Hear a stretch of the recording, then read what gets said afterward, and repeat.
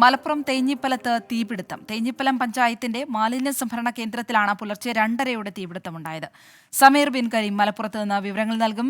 സമീർ, ഈ തീപിടുത്തം നിയന്ത്രണ വിധേയമാക്കാൻ കഴിഞ്ഞിട്ടുണ്ടോ? ഈ അർദ്ധരാത്രി ഉണ്ടായതുകൊണ്ട് തന്നെ ഇതെങ്ങനെയാണ് ശ്രദ്ധയിൽപ്പെട്ടത്?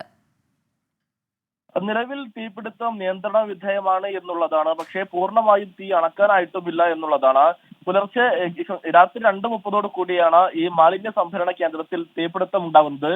ആദ്യം ഇവിടെ നാട്ടുകാരുടെ ശ്രദ്ധയിൽപ്പെടുകയും പിന്നീട് ഫയർഫോഴ്സിന് വിവരം അറിയിക്കുകയാണ് ഉണ്ടായത്. താനൂർ ഒപ്പം തന്നെ കോഴിക്കോട് ഫയർ സ്റ്റേഷനുകളിൽ നിന്നായി 3 യൂണിറ്റ് ഫയർ എഞ്ചിനുകൾ എത്തിയാണ് നിലവിൽ തീ അണച്ചുകൊണ്ടിരിക്കുന്നത് എന്നുള്ളതാണ് പ്രധാനപ്പെട്ട ഒരു കാര്യം.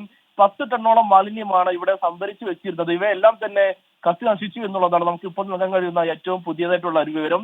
നിലവിൽ ഈ മാലിന്യം കൂട്ടിയിട്ടിരിക്കുന്നതിന് സമീപത്ത് നിലവിൽ ആൾതാമസമോ അല്ലെങ്കിൽ മറ്റു കെട്ടിടമോ ഇല്ല എന്നുള്ളതാണ് ആശ്വാസകരം. ശരി, സമീർ ബിൻ കരീം തിരൂരിൽ നിന്നും വിവരങ്ങൾ നൽകിയത്.